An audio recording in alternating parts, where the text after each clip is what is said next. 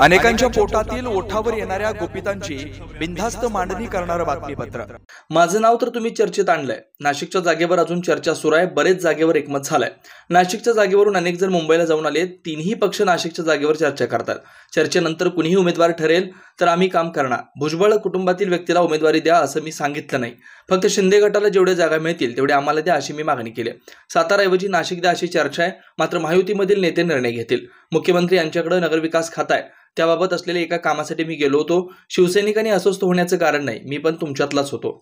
जर तरच्या प्रश्नाला माझ्याकडे उत्तर नाही। आपल्या पक्षाला जागा मिळावी यासाठी प्रयत्न असतो।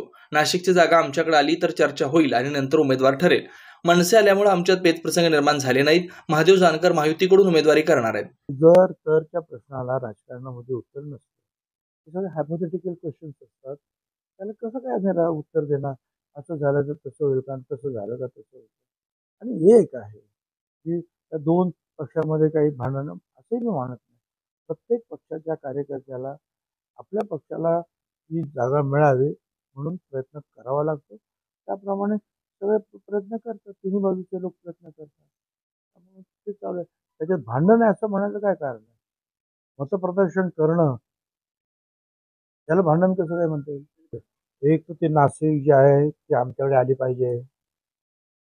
नाशिक आमच्याकडे आल्यानंतर जे आहे मग आमच्याकडे अनेक लोक जे आहेत उमेदवारी करू शकतात, त्यांच्याबद्दल चर्चा होईल आणि मग एकमताने ठरवतील कोण आहे ते।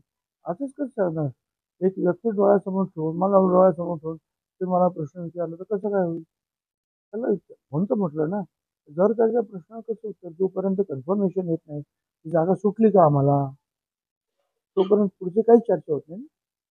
आधी पण त्यांची चर्चा झालेली आहे। परंतु एक आहे की महादेवराव जानकर हे महायुतीकडून निश्चितपणे निवडणूक लढवतील माझी खात्री आहे। आणि मग ती जागा कोणी त्यांना द्यायची, राष्ट्रवादीने द्यायची, त्यांनी द्यायची, आम्ही द्यायची, सगळ्यांचा उलगडा जे आहे 1-2 दिवसात होईल। मनसेमुळे कुठेही पेच प्रसंग निर्माण झालेला नाही। मनसेमुळे महायुतीची निश्चितपणे जे आहे शक्ती वाढणार आहे एवढं मी सांगतो। आणि ते कुठे अडचण करण्यासाठी आमच्याबरोबर आलेले नाहीत।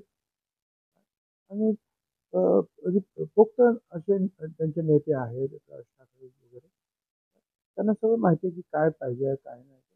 वरच्या पातळीवरती चर्चा करतात, मी कसं त्याच्यावर बोलू? त्यांच्यामुळे पेच प्रसंग झाला, या गोष्टीला काहीही अर्थ नाही। बेधडक निर्भीड बिनधास्त मांडणी करणारा खबऱ्या लाईव्ह।